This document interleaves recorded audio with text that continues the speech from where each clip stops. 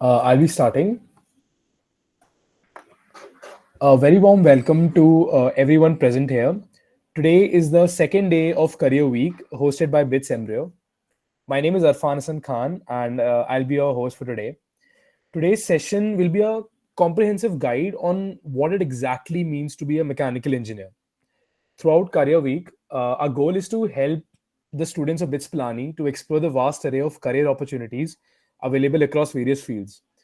So each session will provide a 360-degree perspective on different industries, followed by a Q&A segment where we encourage you to stay curious and ask questions.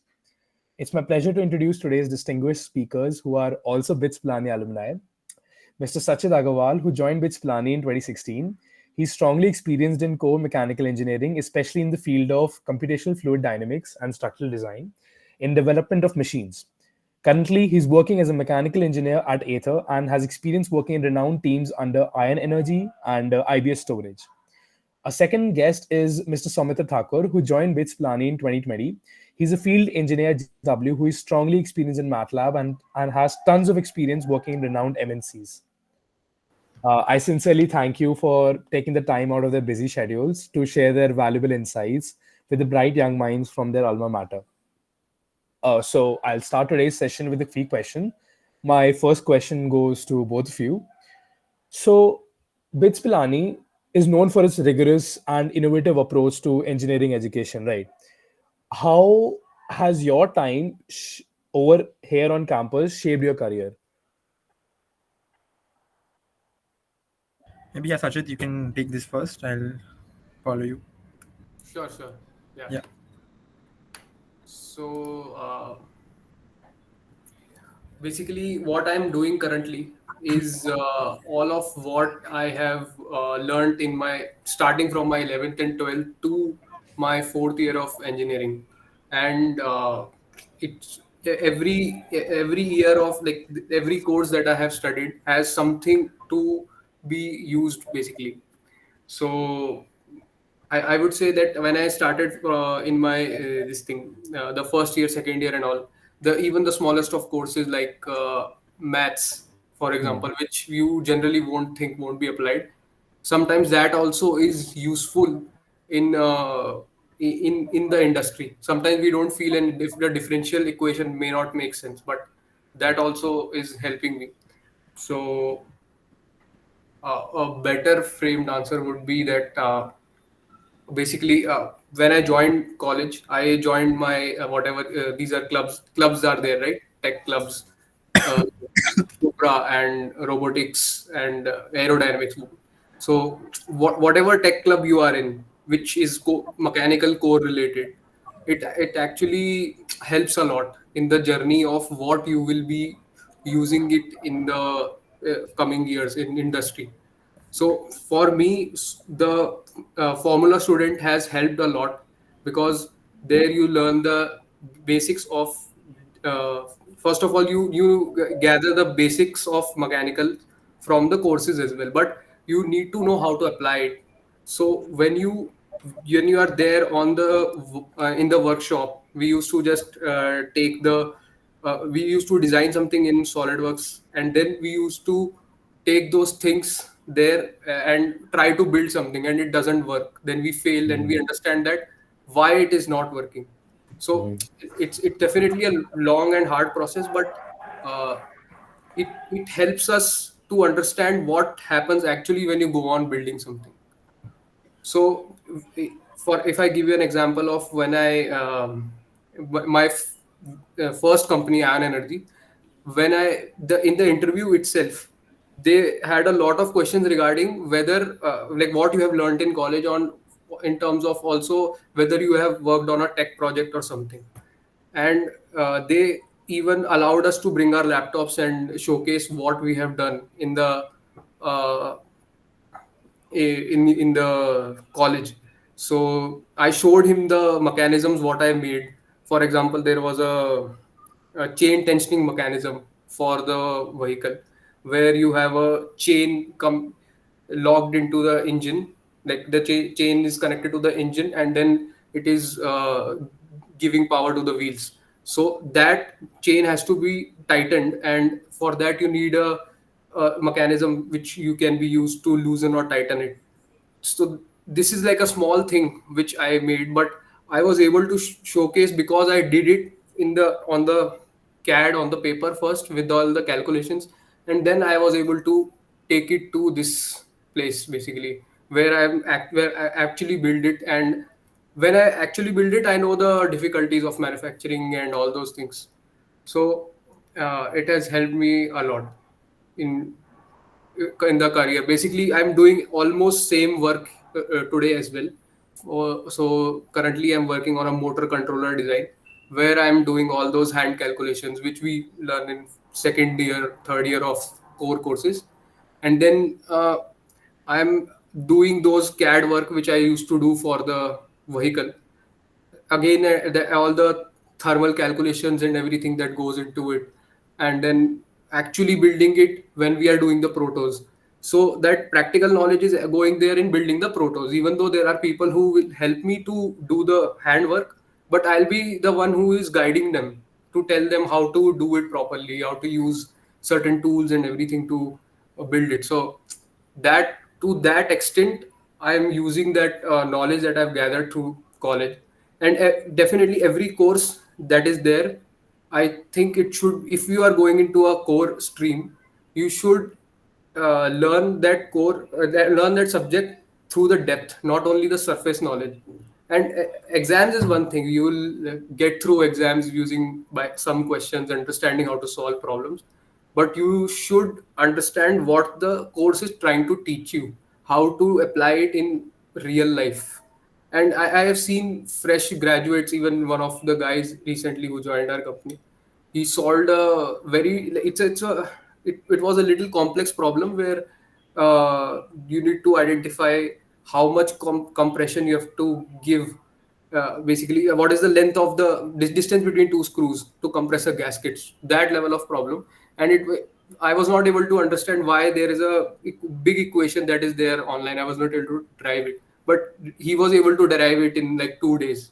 So if you go to the depth of it, you'll be able to do it. Basically it comes from the from college itself when you're solving those equations and coming here. Okay. So brief it up. We should focus on the subject rather than the course.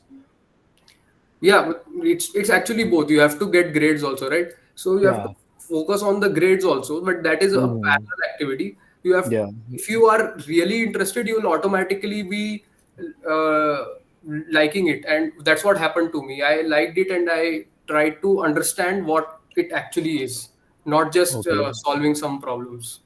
Hmm. Yeah. So with I continue. Yeah, sure. I think I agree with a lot of things that Rashid mentioned, and my answer also like was shaped along similar lines. However, I'll just add a couple of things for me which were different for me, because I was more kind of oriented towards the operation side of of mechanical engineering. My experiences were also shaped along those lines.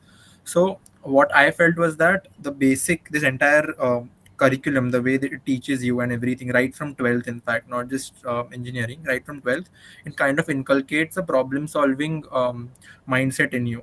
All these courses, not just the way they are designed, but in general, if you, as he mentioned, if you go towards the depth of it, if you take interest in it, if you try to understand the practical applications of it, what it does is that it inculcates a problem solving approach in your entire practice. And this is something which will be used in majority of the companies out there once you get into the real world. So for example, remember that there was a course in manufacturing, in mechanical engineering, called manufacturing management. It is also called operations management in some, in I think in in manufacturing. This particular course also teaches you a lot of things related to optimization. For example, this is something which kind of, that particular course teaches you how to optimize real life problems. Though we used manual calculations during the course, actually you have to actually do the calculations, which are actually performed by softwares like Tableau, etc. You do it on paper. However, there are now softwares developed for it, and I found that course to be very interesting, and I have actually used that same particular principles, same logic in solving a lot of optimization problems in operations, etc.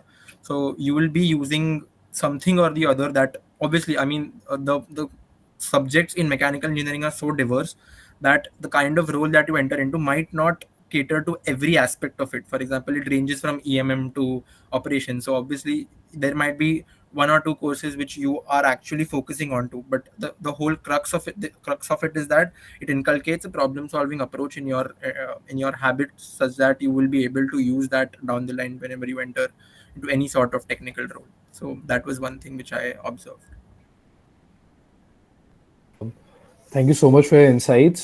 So basically, key mechanical engineering is so diverse that there are so many aspects you cannot really figure out right from the start where to get. Eventually, you figure it out when you reach your third or fourth year, right? That's how it works, I suppose. Okay, got it. Right. Uh, So the s- thing is, as you mhm, mentioned, so about this, mhm, I feel the best way, which also Sachit mentioned, is that these technical clubs, etc. Right, you mhm, when you join bits, I'm not saying that you should actually just enter into all of these clubs, or you should like kind of overburden yourself, because academics always take a priority, your CGPA is important, etc. But if you do have this, if you just have a couple of commitments with respect to technical clubs or anything that you're interested in, you will reach to that point of identifying what you like slightly quicker, is what I feel, because you actually get hands-on experience before that, because first year you won't have any mechanical engineering course. So to identify what exactly do you like when it comes to it comes to the technical aspect of mechanical engineering, you won't be understanding it for your entirety of the first year if you just rely on the courses, right? So taking an experience out of these clubs, etc., will kind of will expedite that process, I feel. So yeah, that's something you can look after. got it. Thank you so much. One My more next thing, question is, yeah, sure, sure. I'll just quickly add that Yeah. you should focus on the SOP, LOP, DOP side of things also. That is like a very good opportunity to understand what research is. Like there are a lot of domains in which you can go into research. So Hmm. most of the core mechanical engineering guys will not probably pursue jobs. They will directly go for a master's or PhD and then pursue their careers. So these you should definitely explore in like how much ever you can, and there you can go into the depth of it and understand whether you really like it or not. So every semester you take some or the other course and like of that and understand and see whether it's your inclination. Okay. Can you explain to the audience what exactly are SOPs and LOPs? Yeah. So what I understand is, so what I have done is actually I've taken study-oriented projects. SOP is Hmm. study-oriented projects, LOP Hmm. is lab-oriented project, and DOP is your design-oriented projects. So Okay. I have taken all three of those. Some of them because of grades also, but when first I've taken the study oriented project, when I started with that, I realized that like I got to know some things which are not even known to a lot of people in campus, like that the campus has a scanning electron microscope, for example. So and some research which the professor was doing was quite random, like random in the sense that you won't imagine going into that field, but it's actually a Hmm. domain. So it opened a new option where you can go on researching. And currently, when I see in the industry, research is missing on that particular domain, which is the manufacturing side of things. So design side, a lot of people are researching. Manufacturing side, when you are building the manufacturing capability, nobody is like people are there, but in India, I feel that research is not up to the mark. So, Lagging. uh, giving an example, but it's like a very small study oriented project. But it's actually doesn't restrict you to anything but in particular. When you are doing any of those SOP, LOP, DOP, you can. It is just a name so that you can take your research into uh, as in terms of credits for you. That's all. So you'll get a grade on it because you are spending a lot of time on it. But the idea of doing it is to do a research on it and to understand what you can do, probably publish a paper which might help you getting into some good masters universities or something. And it also helps you get in jobs also. Like if you have a good research paper on your name, they understand that you have a strong research background in a particular field, probably. So, yeah. And other things are like those scholarships like MyTax, uh, DAD, all those things which. So I don't know all those in specifically because I have not given any of those, but I think that if you have an inclination towards research, you should explore what all scholarships are there, and basically just give it a try. Okay. Thank you so much. Those are really intricate details. I really appreciate it. So my next question is, what was the specific moment in your life that made you realize, okay, mechanical engineering is for me? How did it go? So I'll go first. So when it was a very it came naturally to me actually, because when I was in 11th and 12th standard, everybody is a automotive enthusiast generally, generally speaking. And when they go into engineering, they'll see that I'll probably go into designing cars and all, something like that will be there in a lot of people.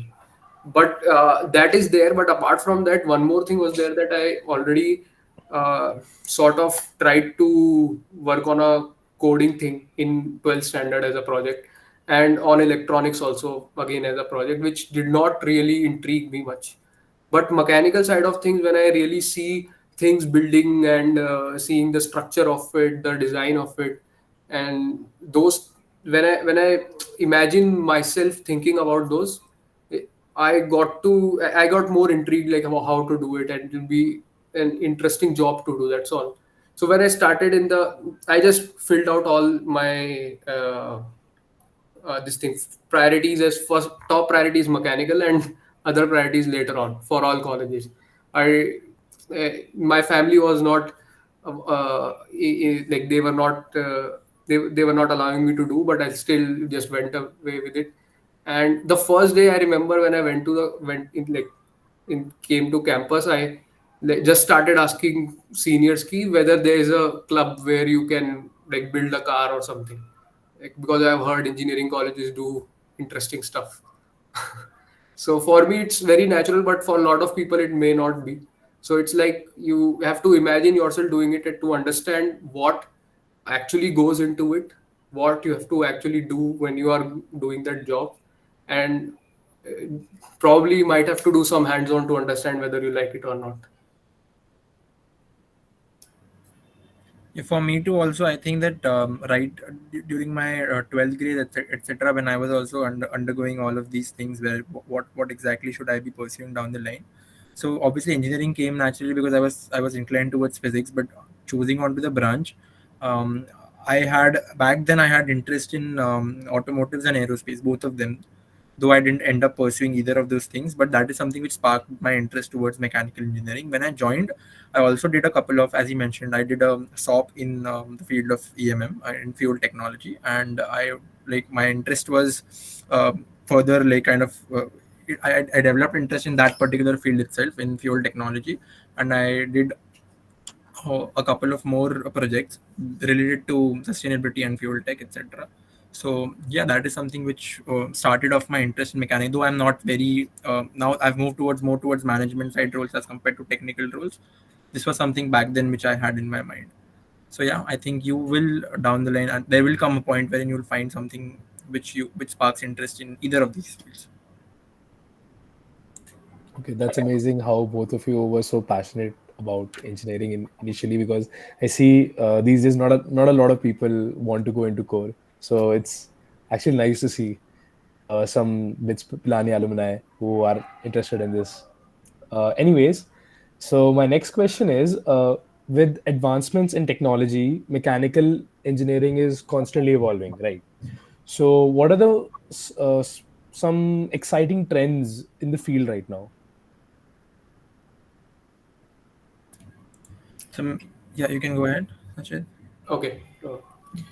So, what I have observed is mm, that, for example, I am working in an EV industry, so I can just give you a insight of that.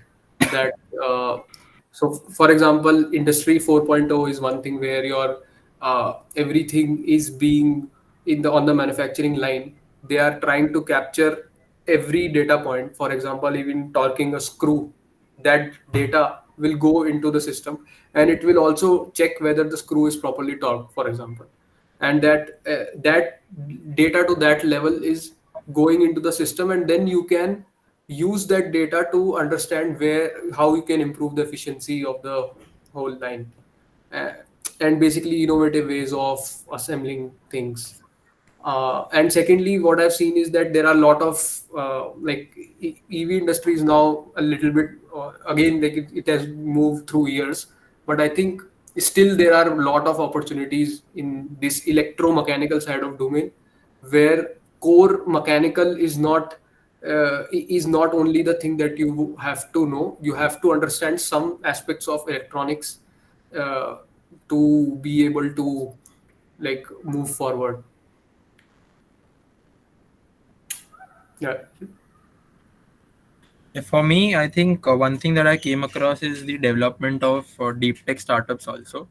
I've seen a lot of bits alumni having built really, really strong deep tech startups. For example, Pixel, for that matter. Pixel is a startup. It's a space tech startup which was built by our alumni.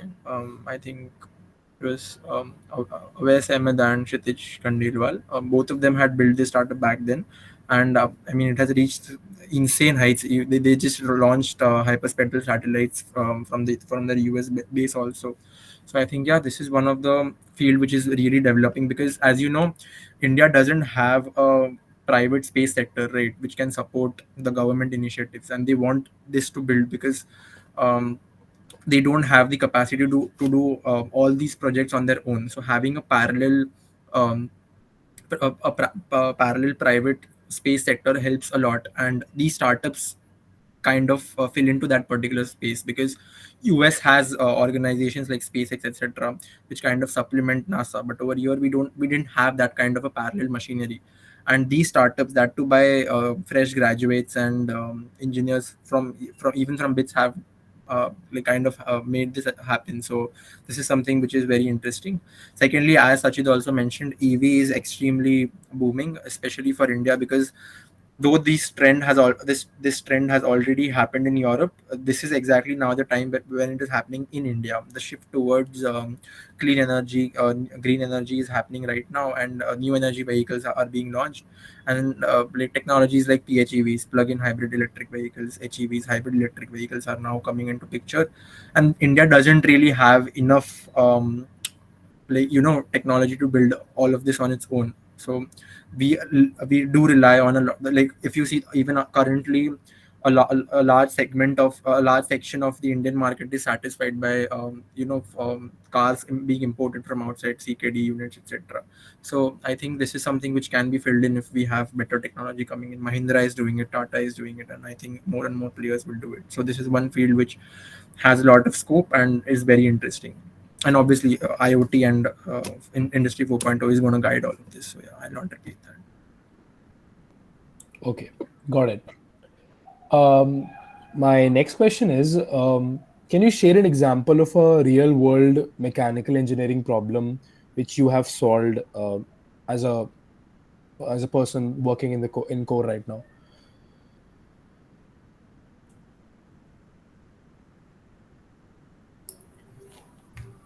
Let me think of a good problem. So basically, my role involves doing day in day out of design itself. Basically, so what my work is to design a so in my previous organization I was working in the battery design domain, which is packaging of cells, connecting the cells electronically with the bus bars, and then uh, integrating the PCB board, and then packaging it outside so that water doesn't go inside. So e- every aspect of it is a problem in its own that is being solved. And then even though people have already solved it earlier, or we when we benchmark things, we know that this design already exists. It still needs some modification or some innovation, where you need to build something which works for your application, because every application requires a different sort of set. So for example, there was a, a big battery pack which we were making, and generally people used to do is, at that time, I think 4 years back, they were just uh, taking the cells, putting inside two plastic cell holders from top and bottom, connecting with bus bars. Like there will be nickel coated copper strips or nickel strips, which they will connect, like solder to the cells, and then put it inside a casing. So that casing will be probably metallic, or uh, generally metallic in nature. So when I started designing it, we thought of that we'll build a pack with a complete plastic body with an integrated cell holder, so that it doesn't require uh, mm, lot of parts to be assembled together. So that it's like a tub where you put in the cells and just add the strips, bus bar strips there directly. And then there was one problem with that, that when I was we have to pass some certification where it has to go through a thermal shock. So that thermal shock means that it will go from minus 40 to 80 degrees in certain duration of time. And that what happens with that is that the plastic will sort of expand and contract more than the metal, because of its coefficient of expansion, and then it used to crack. So we were not able to identify. We knew that it is because of that, but we were not able to identify what dimension we can change in this to solve this. Like what modification can we do? Because we have completely designed it. It has already been assembled. It has gone to a testing lab, and then we have to make a small modification to solve it. And for example, if you go for a plastic part, you have to change the tool. It is an injection molding big tool which requires a lot of cost to change, and that's a big problem.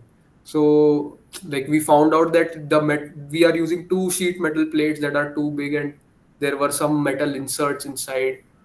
uh, so basically we just looked at through basics of what we learned in like 11th and 12th. Through that basics, we just uh, we went into a RCA, which is called a root cause analysis. So one by one we sort of calculated the uh, elongation, and just by that small calculation we understood that we have to reduce some 3-4 of material from some metal part, and it will solve the issue, and it actually passed. So it, my current job requires a lot of that. There will be some field failure. For example, there will be some vehicle running, and it failed. Some water got inside, and then you have to open it and see where it got inside. And sometimes the fets blow up. So eh, yeah, so every day it's like that only for me. So it actually involves all of those understanding of thermals, uh, structural mechanics majorly, and some fluid dynamics, but that is a little bit less, but mostly thermals and structural mechanics is what we are using. Yeah, so I also had something similar to add on to this. So during our internship, during my internship at JSW, I was working in the as a field engineer at one of their ports. It's a LPG terminal in Jaigarh, close to it's a coastal area in Maharashtra. So during that time, we had this. I was working at the LPG terminal, and they had this particular operation going in and day out, wherein they used to unload LPG from containers, and they used to distribute it to all the different locations through tankers, etc. But in meanwhile, they had an entire appropriate firefighting system. They had a control system. They had various valves, etc. And during this transfer mechanism, there was an observed loss of, or something called as a venting of LPG, that used to happen due to the pressure differentials. So to avoid that particular thing, because first of all, this is an hazardous cost. Secondly, this also leads to loss of LPG, so that is a material loss, right? To avoid this, we had kind of redesigned the valve, and also, despite that, there was certain leakage that used to happen. So to cater to that, we had developed a kind of a small thermodynamic cycle, which recollected it just because of the pressure differentials, etc., in a different container that was placed at a point, and this, through a different compression cycle, was pushed back to the original source. So that is how we saved that particular LPG, because we couldn't directly divert it into the final containers because of the state properties that it exited at. It was not feasible to push it down at that particular pressure, so it had to be pumped back to a different state and then again reinserted into that valve. So that this is something which we built upon during that particular internship. Though the total material saving, etc., was not of huge worth to the company considering its revenue, but it was still something which we did during an internship. So yeah, that was an interesting experience.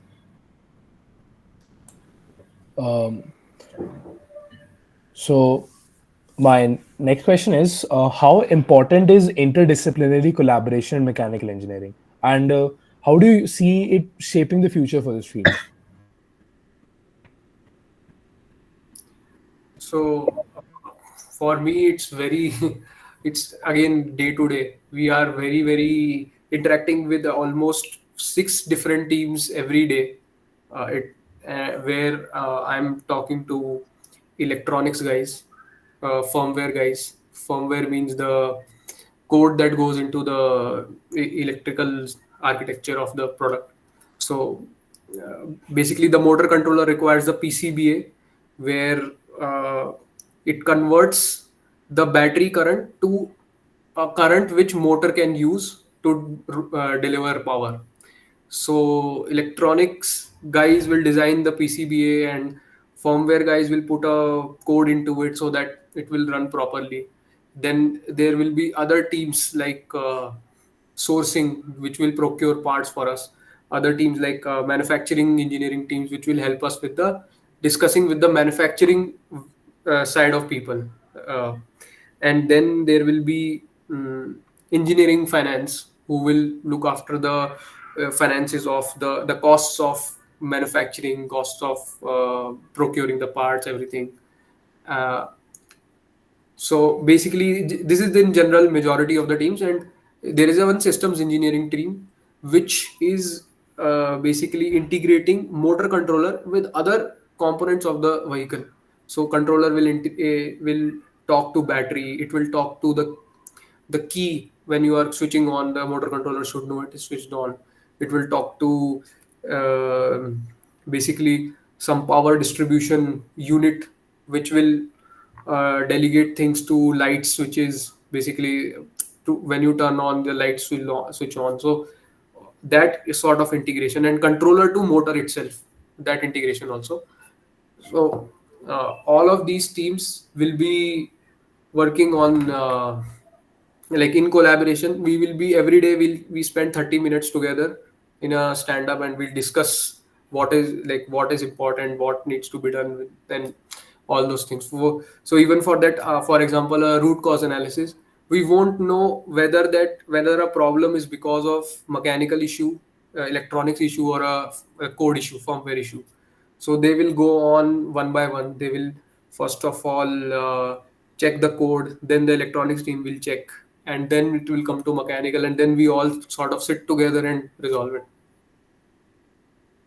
So it is very interdisciplinary for me. Yeah, I also think that I think the new norm in mechanical engineering is for it to be interdisciplinary, because there is not really there are very less fields or opportunities in which you'll be only doing mechanical engineering, because that's the way the industry has evolved, right? Everything is now linked to automated systems, etc. So you will be bound to interact with a lot of other disciplines. Even within mechanical engineering, there is a lot of inter subdisciplinary kind of interaction. As you told, that there is not just one particular team. There is an ME team which looks after the plant fixtures, etc., which helps you in manufacturing. Then there is the design team which will kind of collaborate with them to understand the requirements that they have, which the ME team should take into consideration, etc. So when I visited an auto assembly line recently, I saw the way these particular teams are also interacting with each other. That there was they also used to have something similar to this. Like he mentioned, that there are stand-up calls. They used to have this weekly um, sessions in which they used to collaborate and understand what the particular what are the requirements that the assembly line has, and they used to ask each and every department to put in their inputs when it came to that, to improve the ramp up, how it can be done. There was a quality team which used to come and analyze what improvement in the quality inspection mechanism can be done, which can kind of expedite the entire assembly line process. Then there was the design team that used to come in. There was the production team that used to come in. So yeah, as he mentioned, there is a lot of interdisciplinary interaction that happens in mechanical engineering in general. Can you expand on why you had to visit an auto assembly line? Right. So I used to work. I used to work for the electric vehicle arm of JSW, which is basically now has acquired Morris Garages. So we went there for inspection of understanding as to the ramp up of a particular electric vehicle that they had launched recently, and their plant was in Halol. It's a place in Gujarat, and I was working at their head office in BKC. So we had to go over there to understand these particular ramp up issues that were taking in that were resulting to that particular production not crossing a particular limit, in order to convey to the top management over here. That was the reason why I visited that particular plant. That sounds very interesting. Okay. My next question is for Mr. Sachit Agarwal. Computational fluid dynamics has become a critical tool in engineering, right? So, how have you used CFD in your work, and what are its biggest advantages? Mm, So, to be honest, specifically CFD, if you say, I have actually done like one like 2 semester worth of projects in college, which I from which I understood some things, not because it was a very in-depth research process where I was looking at a turbine of an airplane and how the air will flow through it, and it was mostly numerical simulation based sort of thing where simulation is the key to this, like apart from basic understanding of fluid mechanics, which I'll not say that it has completely I have applied it. I have taken some few bits and pieces of it. So computational fluid dynamics is something not I do, but it is done with with a simulation team that is there with us. So because it takes a lot of effort, and you will be called an FEA engineer when you are working in that domain. So for example, the problems that I give them is that I have a motor controller and I have placed in some orientation in the vehicle, and tell me, and this is my losses, and tell me whether if it is heated to this extent, what will happen to the air surrounding it, so that I can design the structure of the scooter. I can add vents or holes in the plastic, like the body works of the scooter, so that when you're riding it, some airflow will come, it will improve the performance of it. And well, how do I orient it, how much should I increase the fin length of the heat sink? So basically optimizing the design of the part itself. So all those things are definitely very helpful, but I'll not say that it's like the most important domain. It's like a part of lot of like a lot of mechanical engineering domains. So in my company, CFD is just one portion of it, but the FEA engineers will be working on CFD thermals. Then they will be working on structural problems, electromechanical analysis, where you are putting electrical currents and checking what thermal issues will come, for example. So it goes like that. So yeah, so it's like a part of a big pie. Got it. And Mr. Soumitra, MATLAB is widely used for simulations and data analysis. So, can you share some examples of how you have used MATLAB in your past projects? Right. So actually, I used MATLAB for only for one of my projects, which was SOP, which I did under Professor Saket Verma. I don't think he now teaches at BITS. He shifted to IIT Guwahati. But so during that particular SOP, what we had to do was we had to check the effect of ethanol blending in gasoline and understand the effect that ethanol blending had on the engine performance in terms of exergy analysis.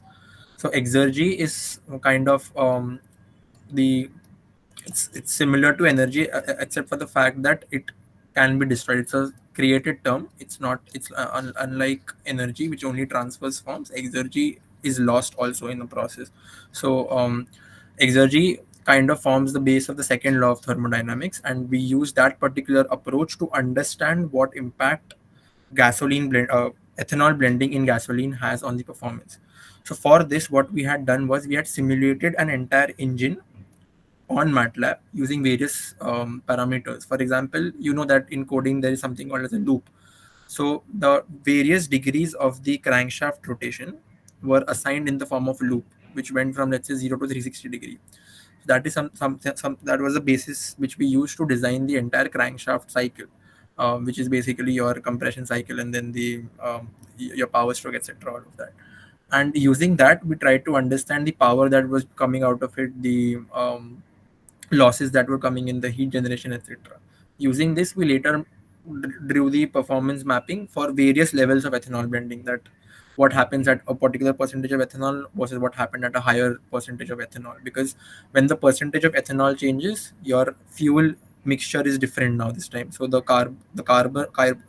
hydrocarbons that are burning are different, which resulted in a different pattern. So I think, coming to your question, this is how I incorporated MATLAB, but I'm pretty sure MATLAB is certainly now not the best particular software. You can use Python, etc., for data analysis also.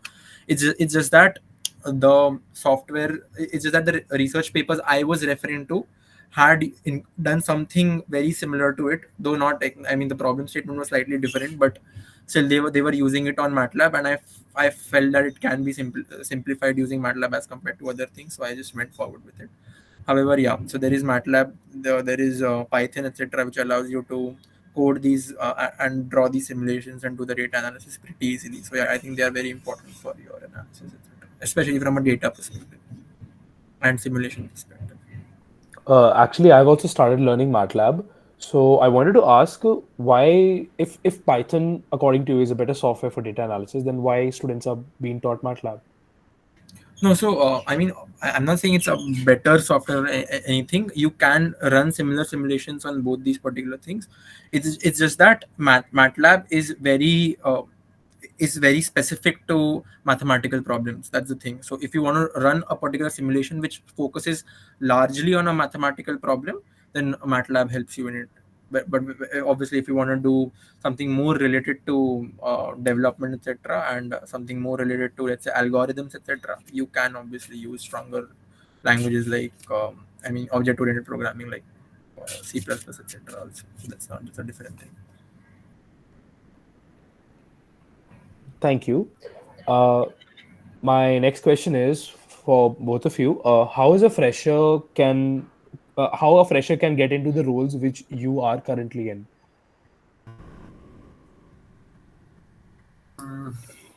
So I went in through this from campus placements itself, and in general, if you see that these roles are now increasing, actually, if you compare it to the previous years, because of the electric vehicle boom and all those things. So i- if you want to get into such role, you have to start with the basically start applying, talk on LinkedIn or talking to people, building up connections, basically talking to alumni, or getting into internships in the in the third year, for example. So PS1 is not something in the PS1 also you can select those companies which are job oriented. For example, Tata Advanced Systems or Tata Tech was one of the companies which will provide you good engineering core roles, like good engineering core project opportunities. So you build the connections there. So in the end, it's mostly the connections that matter and the amount of uh, applications you do through referrals and all. So hope I answered you. Thank you. And Soumitra? Right. So I feel so. I'll just divide this answer into two brackets. If you want to go for a purely technical heavy role, then I think yeah, these connections will help you because the seniors working over there know that if a particular person has worked in, let's say, a technical club, he has developed this expertise. So if I'm a senior working in a very technical role, and if I was a part of a, let's say, a technical club like, let's say, IKE or IKR, I know that my juniors over there will come with a certain skill set when they come from that particular thing. So these kind of connections help him because they trust that this particular technical club would have taught him a couple of softwares which are essential for the work over here. Apart from that, you can obviously have to show that you are into a core and that you have certain expertise in that particular domain. You can do SOPs, DOPs, etc., which allows you to develop technical expertise. And PS1 and PS2 can be really good experience boosters for you on your resume when you apply for these core roles. So if you have a core PS1, a core PS2, or an SI, then that helps you while sitting for interviews, because if they want to know what kind of technical experience you have in terms of actual jobs, then you can obviously put that on your resume and stand out from the rest of them. And what sort of internship opportunity should students look out for if they want to get into core? Right. So firstly, in bits you have obviously three set internships that are possible. One is your PS1, then you have your SI, which is summer internship, and your PS2. um, though you do not really have a lot of proper work in PS1, what PS1 does is that it allows you to have a name on your resume which can allow you to get proper internships down the line. So for me, I my internship in PS1 was at Blue Star. Now this is a common understanding that PS1 may be, the students are not put through a lot of work because it's just a 2 month internship, that too in your second year, and it is also unpaid. So a lot of these organizations don't really put you on to real work at that particular stage of time because they obviously know that the student doesn't hasn't developed that expertise yet. But still, I feel that my work over there was certainly, though it was not purely technical and wasn't that difficult also, I felt that it allowed me to put something on my resume which allowed me to get other opportunities down the line, and then basis that I was able to crack a couple of interviews for JSW, for example, and then also get into other core roles down the line, get certain projects also. One of my SOP um, professors had asked me for what kind of internship did I uh, had I done before. So that was something which set me apart over there also.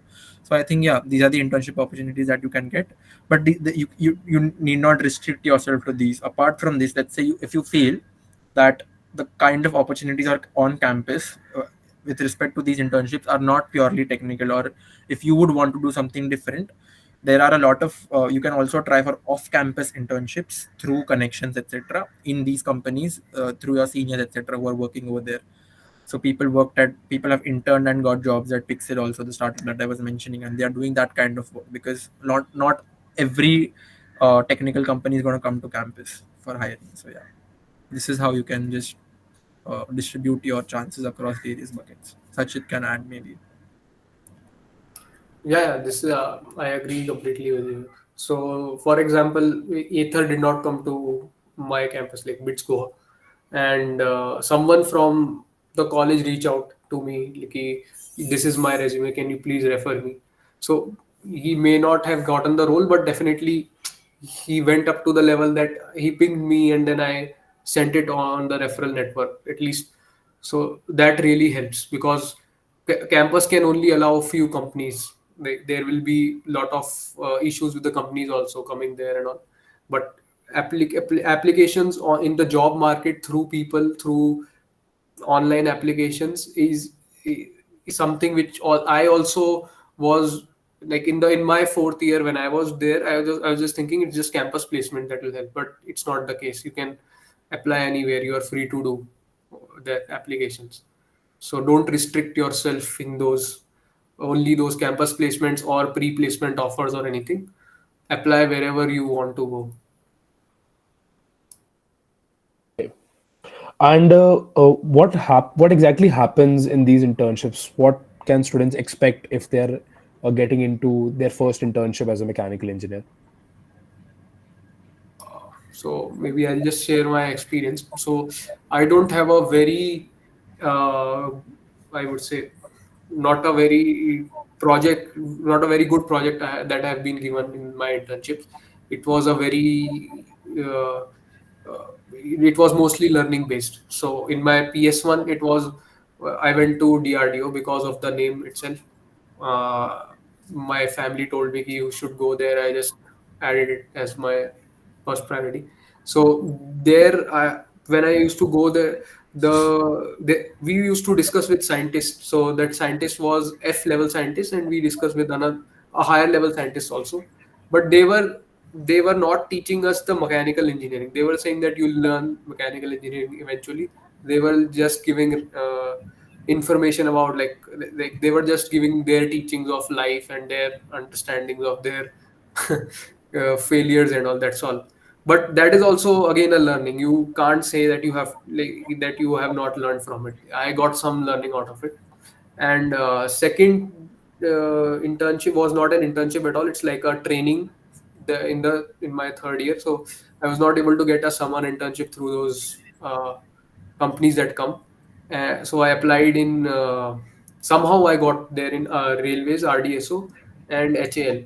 So I was going both the places on sometimes skipping one of them and going to the other one just to gather some knowledge, because I wanted to get some, because I don't want to waste my summer vacations there, like without learning anything, just sitting at home.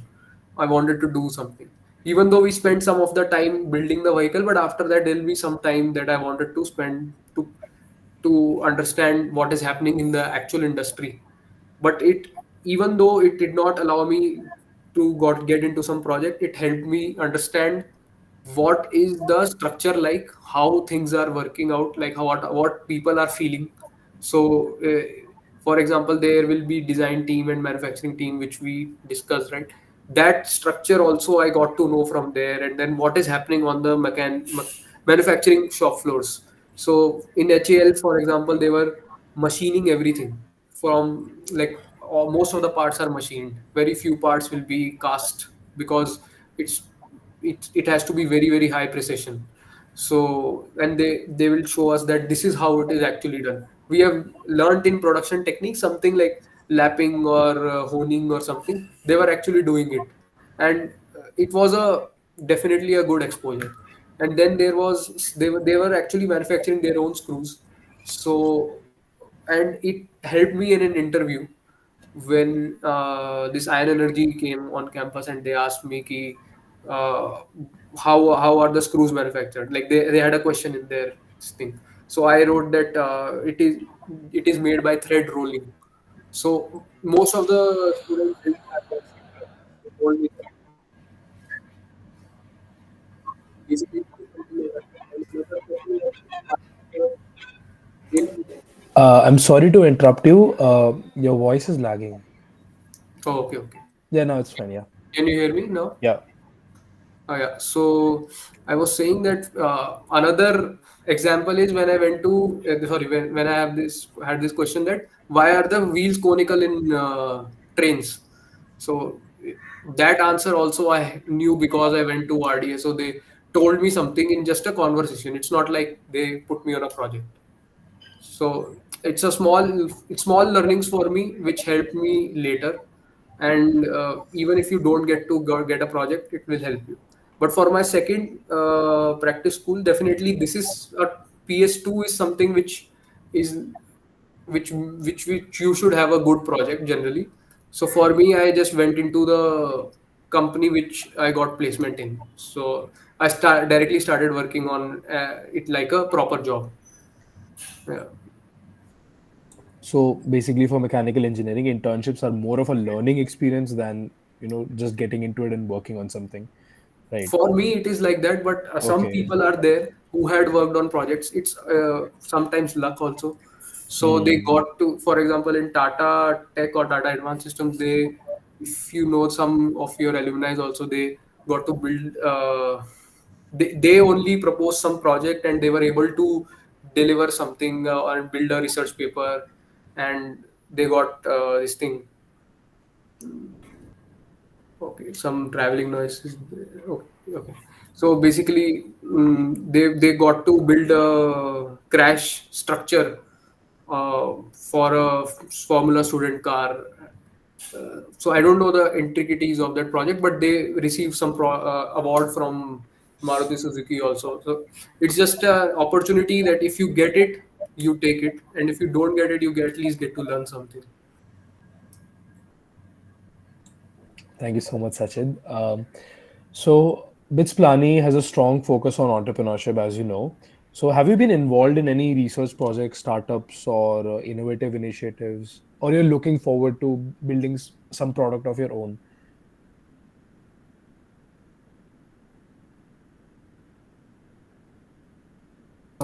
So actually, I am not looking as like completely trying to get into it, but I think there are opportunities there which probably you can also think about going into. For example, because I am driven by these solving real life problems. Like there is a company called Uravu Labs, which so they are purifying, like they are taking moisture and then giving water. So just a very simple thing, like simple task where you are solving a problem, but it actually requires a lot of effort. And another thing is because EV industry is booming, so if you have heard of this guy, the CEO of Ether, so he has talked about recycling of the batteries. So there in, for example, from 5 years from now, there is going to be a huge dump of electric batteries that will be there. And if you are a recycling company, for example, and you will be probably earning a lots of profit through that. And that you can do by getting some help from European countries, or uh, probably getting into that company, working for a few years, coming to India, using that knowledge, build something like a far-fetched idea, but at least if we start thinking about it, we can do something. So for me, entrepreneurship is mostly about something that you are driven for. For example, for me, it's solving a problem for someone. So if you are driven in that sense, not just for making money, you you will have endless ideas to solve it. You will be more. It will be much easier for you. For me also, I think I had a very good experience, something which you talked about, right, about going abroad and learning the technology there and getting back over here. So during my final year, in my final semester, my CENTI semester in 4-1, so there was this particular DART sponsored scholarship that the Professor Sangwan used to offer to Bitsians of all years, like second and third year, fourth year, in which we got the opportunity to go to Germany for working on a particular collaborative project with TU Braunschweig. It's a university over there in non-Germany, and over there we were working on implementing circular economy in the photovoltaic market, in the photovoltaic industry. So which basically talks about recycling PV cells, photovoltaic cells, which go into solar panels. Now the thing is that this problem might seem very early in yeah, sadly discontinued. I know about that.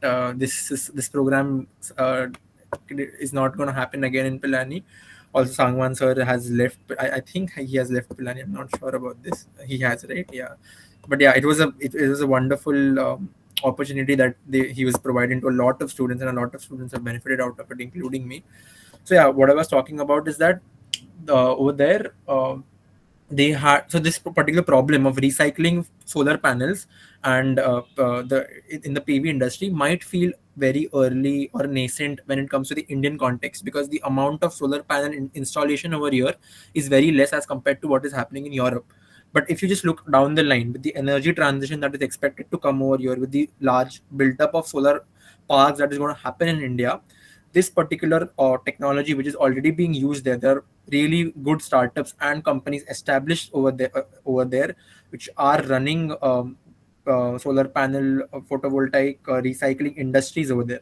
If one kind of if someone tries to kind of inculcate that idea and establish it over here in India using the technology and the knowledge about it, I think it can hit the spot and down the line be one of the forerunners in particular innovation, because this is something which is lacking in India. I mean, we haven't even reached there with PV panels yet to rather start thinking about recycling them, right? We don't have enough installations to talk about the recycling part yet. So yeah, down the line, as you said, 5-6 years down the line or something of that sort, 10 years down the line, this might become a proper topic. So yeah, I did work on it. I went and visited a lot of things, so it was something related to research that I got an opportunity on. So yeah, just wanted to mention it. Thank you for your insights, Soumitra. Yeah. I had a specific question from Mr. Sachid. What's the future for EV when it comes to automobiles? Is it exactly what the media says, that it's going to replace all diesel and petrol cars, or do you have a different opinion? Is there any alternative source of energy which will eventually replace EV? We won't have it. Mm. So if you talk about, it depends on how far you are looking ahead. So if you are talking about, let's say, next 10 years, I think EVs will be probably 50-60% of the market. It won't replace definitely petrol and diesel completely. Petrol and diesel might have some additives like alcohol or something, like some, they will add some biofuel sort of thing, and they will introduce some BS7, BS8 sort of norms for pollution levels. It will be being continued definitely, but EV is going to increase a lot, definitely, that we know for sure. And it definitely you'll have a lot of innovation, and it's at the point where, for example, 100 years back, IC engine would have been when they were ramping up. So it's there where everybody is innovating, everybody is competing. Exciting time for EVs, definitely. And there are a lot of new technologies coming up, like sodium ion, or I was reading about something else also. There was some other ion, basically aluminium fuel cell. So Log9 Materials is a company which is working on it, using aluminium cells. They have their own challenges, so that requires a lot of R&D, and it will probably take 6-7 years to go to production. And when, so probably you'll be having a new technology available. It is possible to manufacture, but there will not be a lot of people doing it. So when there are not a lot of players in the market, it will be expensive. So it will slowly go into the industry, like seep into the industry, and it will become widespread once people get to know the like reality of it. For example, EVs could have been developed 10 years back also, similarly what it is right now. People were not just That's that people were not investing in it because they didn't know that it is so simple to build an EV. Actually, it's much more simpler than an IC engine. The IC engine is a very, very complicated, or you can say it's a very mm, very interesting design also, actually. But EVs is very fairly simple as compared to IC engines, and fairly uh, number of parts are reduced in that. Even though you say the cost is high, it's because of the minerals. So talking about the EV push, right? I feel there are two arms to this. One is the push that this particular thing gets from the governments, etc. And the second thing is the public mindset or the consumer mindset. When it comes to the policy side of it, right? You can see that Europe, etc., have started providing heavy incentives on EVs, etc. So they have huge amount of subsidies if you buy EVs as compared to ICE vehicles. If you go for EVs, the acquisition costs are lower, the taxation is lower, etc. Um, but if when it comes to India has also given certain exemptions on EVs, but maybe the scale of those exemptions is not as much as compared to the European markets. The reason is basically the government stance or the policy stance on sustainability, how strongly you want to follow that particular initiative, etc. So second aspect is, okay, if I eliminate the policy side of it, it's the consumer mindset. Currently in India, a lot of people feel that buying an EV, there are two issues with buying an EV. Firstly, the battery itself. The battery has certain lifespan, right? Let's say 6 to 7 years. Post that, it becomes a null asset, right, for you. So that is a kind of a pain point in people's mind, that if that can be tackled. Second thing is the higher upfront cost. So the thing is that ICE vehicles are generally, you can say, maybe, I don't know, 30% or 25% cheaper to an EV vehicle of that particular segment. However, the thing that they obviously generally do not consider is that EV vehicles are going to be really cheap down the line, considering like in the longer run they're going to be cheap, first of all because the fuel cost is lower. So the thing is, the upfront cost, the negative picture that they have is because of the upfront cost. And a lot of companies, what they have done is now they are introducing the battery as a service concept, which is basically they de-link the whole electric vehicle into two parts. One is just the vehicle and the battery. So they offer a rental, they offer battery as a on a lease basis or on a rental basis, and then you just pay for the rest of the car. So basically, the lease amount that you're paying for the battery per kilometer is just like a fuel cost for you. So that is how it reduces the upfront cost, and then you just keep on paying annuities for a longer period of time. So policies like these, the government push, etc., will certainly increase the amount of EV penetration in India. And yeah, for ICE, it's not going to go away. It's going to stay at least maybe, I don't know, 20, 35, 40. But yeah, the kind of ICE, like let's say diesel, is going to be eliminated down the line. There will be ethanol blending, biofuel blending, etc., which will be given priority. So, Arfan, just one thing. So I have to leave in another 10 minutes. That's perfectly fine. Yeah, that's perfectly fine, Sachin. If there are any specific questions from uh, other guys, also I'll just take that up. Yeah, one of the students have asked Suryavardhan. Yeah, I think his question is specifically for you. Yeah, it's in Yeah. the chat, I think. Yeah. Yeah. So yeah, I read it. So what happened is, I'll just tell you what my learning from when I was in Hmm. the SAE team. It Hmm. was, for us also, it was a sort of a new team. In the team wa- before us was 2 years older. So basically there were no sort of, there were only 1 year senior to us, and before that nobody was there. So we almost sort of building out a new car. We just had a very old engine. But from that I realized is that first thing is that first you have to build a running vehicle which at least runs with the wheels, with the chassis, with which actually works, and then you can build on it. So if you're talking about just mm, just the efficiency of workflow and avoiding common mistakes, I think you should not think that to that extent where you're thinking of or working like an organization.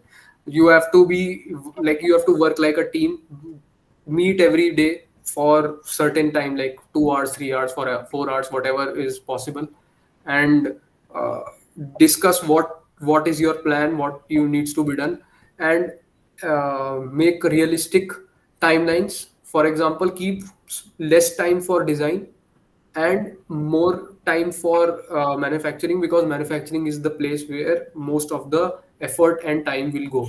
You will need a lot of money to build it and lot of support to build it.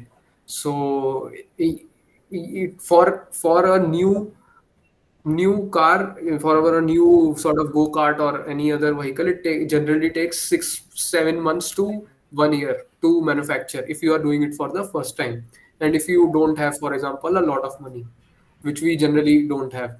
So you have to have specific people for getting that money from some sponsors from college, or by selling t-shirts, whatever. Like there will be multiple ways of getting it. You have to figure out something. Like you, that is where you learn things. When here is the point of time where you learn things and you'll apply it in the industry, right? So it's like marketing stuff. uh, yeah, I'll just take that Yes, question. because Right. Mr. Sachit is going in a while, so I'll just take the audience questions and then I'm left with two questions. I'll ask Mr. Somitra later. Is that all right? Yeah, perfect. Okay, so the audience, please, you can bring up your questions. Yeah, yeah, you can. How much would my CGPA matter when I'm thinking in terms of going into mechanical core? Uh, so actually, if you go to core, like GPA, like if you might not play a very, for example, if you are a 9.8 or you are 8 point something, I feel that beyond 8, everybody I will consider in a similar bracket, first of all. Secondly, your GPA will improve if you are interested in core, you are working on that, and you should know how to solve that problem which is coming in the exams, and which I also learned the a little hard way, you can say, because when I entered in the company, there were problems that I was solving. There will be issues, like I have to spend more time on it. But if I would have worked on it more in the college, I would have probably be faster there. So it helps. Getting a GPA also, getting a GPA definitely helps. But in your core subjects, you should get at least an A minus. Like that's what I wanted to. Like that's what my aim was also in college. I was not able to do it for, like, not for all subjects, for some certain subjects, but it definitely helps you. So for if you wanna, if masters is your aim, in that case CGPA will matter a lot. This is what I've seen personally. If you want to go for masters in core, let's say MS in mechanical engineering in US for good university, they give a lot of weightage to academics. It's especially in German and French universities also, they give a lot of importance to Right. CGPA. So over there it will matter, but as you mentioned in in your technical jobs, etc., they want the skill more, right, at that particular point of time, more than academic commitment. So if you have a 7.58 plus, it should be considered in the same bracket. That's fine. But yeah, a good CGPA always helps. It just allows you to de-link yourself from that CGPA ka tension down the line, right? So that's the good thing about having a good CGPA. Yeah, yeah, and even for your PS2 or Yeah, something, exactly, it because will be that's helpful. how the structure is. So it'll always help. So Devesh, I'll take a question later because Mr. Sachit will be going soon. So please, can you answer Suryavardhan's question? Which engine did you use, and what was the approx total cost of a vehicle? So we used a KTM Duke 390 engine, but it that cost was not on us because it was from seniors. And overall cost for the whole competition, combined with transportation of the vehicle going there and then coming back, registrations and everything, I think around 7 to 10 lakhs was the cost which came, out of which 5 lakhs we arranged through college and another 5 through, like 1.5 from some sponsorship, and some amount from, like, we also put in some money, 10,000, 20,000 sort of per person. And this helps if you have a very big team. Like a lot of people will be putting a lot of money in, like, into it, and the project will actually be running. So, but you have to optimize. You can't spend a lot of money on buying very, very cool things. Like we bought a very expensive suspension, for example, but it actually doesn't matter. You can just put a Maruti Suzuki ka big suspension, for example, and big tires, which doesn't look good but works. So you have to be thinking in terms of building it and running it more than optimizing it, that you can do later. I hope that clears your doubts, Suryavardhan. We'll go with Devesh's question. How mentally and physically challenging is your current job? It's a question for both panelists. Uh, so I'll say that my job is not, as compared to an IT person. So it depends on company to company also in IT also. So in some IT job roles you will have a lot of stress also. In some it will be very chill. They'll be working from like 10 to 5, 6 or 7, sometimes 5 in the evening max, and sometimes it will be completely remote. So it's very company dependent. In mechanical it's also same thing. So but for my company it's Ather is somewhere in the middle, where it's not very tough, it's not very harsh, but it is not very low also. It is definitely challenging. Every day is like a challenge for me. Like people will be questioning what like why you have done this, what is the reason behind it, and all sorts of technical questions will be there from them. And it's mostly technical from a day to day basis. So and physically, so physically we don't have to do that much, but we have to be there in office every day. We can't do work from home. We can take few work from homes for a month, but for a mechanical engineer, actually, in a core job, it would not be good to sit at home. I have done it for 2 years in core, and basically I was working for a French company, and there I was working for almost 1 year from home. Then I got almost frustrated. He called me there. I built one prototype back there. So that is the satisfaction I got from there. And then when I came back, I left the job. I just moved on to something different, in the office. And I'm sorry to interrupt, but your mic is lagging. Sajid. from where did you lose me? No, it was just a few seconds. I think it's all right now. Okay, okay. Yeah. So I think Ayush has question again. Ayush, do you have a question? I think it's all right. We can shift to Divesh's question. He has a very intricate question, actually. But I'll brief it down for you. What should be the salary expectation for mech core jobs, and how's the job progression? So I actually don't know what is how the market is for freshers right now. Like what is the salaries that are there? But 4 years back, it was around within the bracket of 5 lakhs to 12 lakhs per annum for the companies which came to campus. But in certain IITs, when I talk to my colleagues, they say that people got jobs at 20 lakhs per annum also in JLR, for example. So it's you should not think of like you should not restrict your mindset to that it will be always low. It's not. I'll not get it. I think you should try for the best by keeping an open mind.